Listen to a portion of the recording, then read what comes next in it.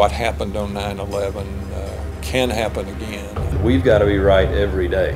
They've only got to be right one time.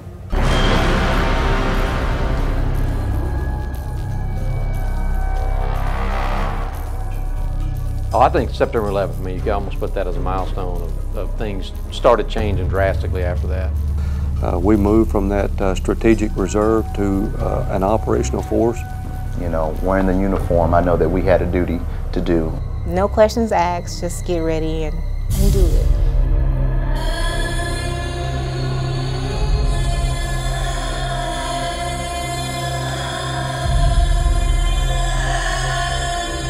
The 23rd Transportation Company was one of the first ones called up.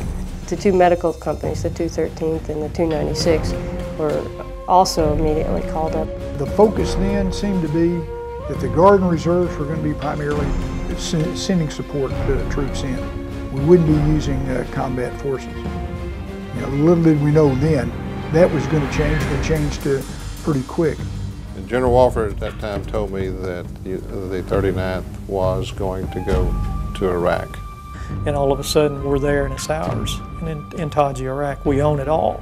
The whole compound and all the ground around it. We had a huge AO that included Adamia, Zabak Sur, which butts up against Sadr City. You know, we literally walked into a fight. Abu Ghraib had just broke. And so there was still a lot of unrest based on that. And that's when the insurgency really started to escalate. You don't know how soldiers are really going to act in combat. And of course, being engaged with about half the convoys the first day, I think that set the tone that our soldiers were there to fight. He's down. He's down. Man down.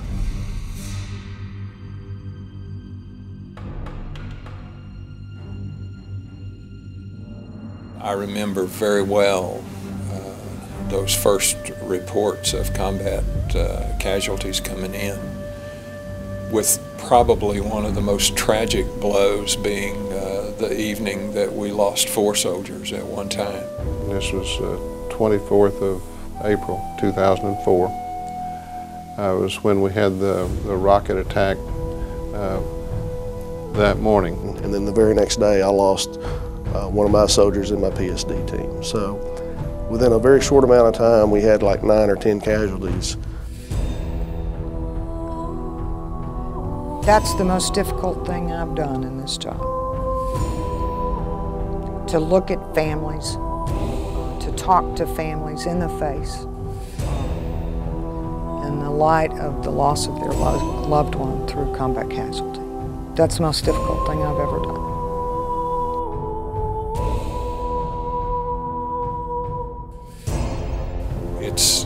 It's tragic, and there's not enough words to describe the feelings of the loss. But tempered with that feelings of loss is a great admiration for what those soldiers and all of our men and women that wear the uniform are willing to do.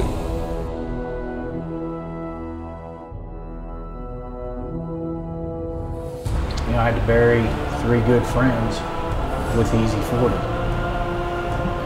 None of us were ready for that.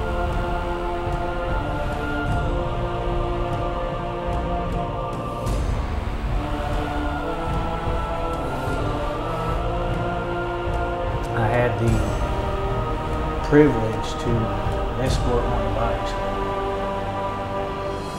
Hardest thing I've ever had to do. It's impacted me to this day for the way I look at life and the way I look at soldiers. Just very tragic for our brigade and for the Arkansas National Guard, and especially for the families.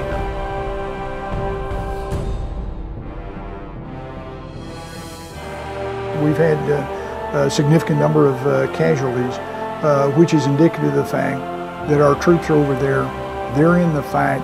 They're part of the total Army team. We're not weekend warriors.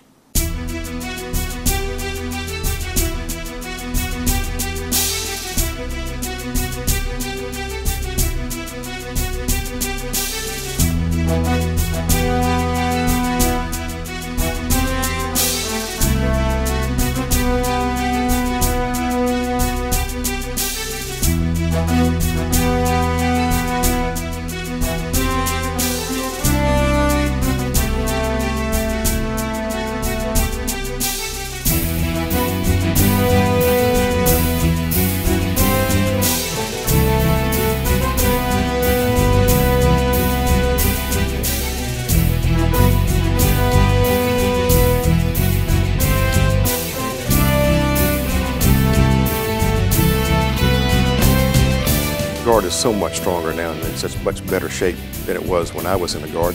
I think we've demonstrated we can do it as well as anybody. I think those deployments, that op-tempo and that expectation, the professionalism, raised our level of ability. You know, it's a matter of resources. Now we have the latest technology there is in the Army. We're no different than our active component counterparts. So. Most of the people that come in now and the people that are still around are the warriors, the ones that really have that desire to serve. They fully expect to be mobilized, and in fact, they look forward to that opportunity to be mobilized and serve their country. The active duty counts on us. We're part of their annual planning for the next, not just the next contingency, but the ongoing operations. Simultaneous, we are the only force that has a dual mission, a state and a federal mission. Those missions here in the state never stop.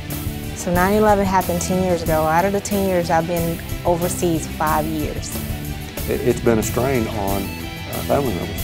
Been a strain, terrible strain on employers. They've been patient, they've been supportive, and they have been very understanding, and for that we're very appreciative. It's been a difficult transition, but overall it's been a great experience, I think, just for the Guard, the quality of soldier that we now have, the training they now have, the equipping they now have. They know they're a vital part of our nation's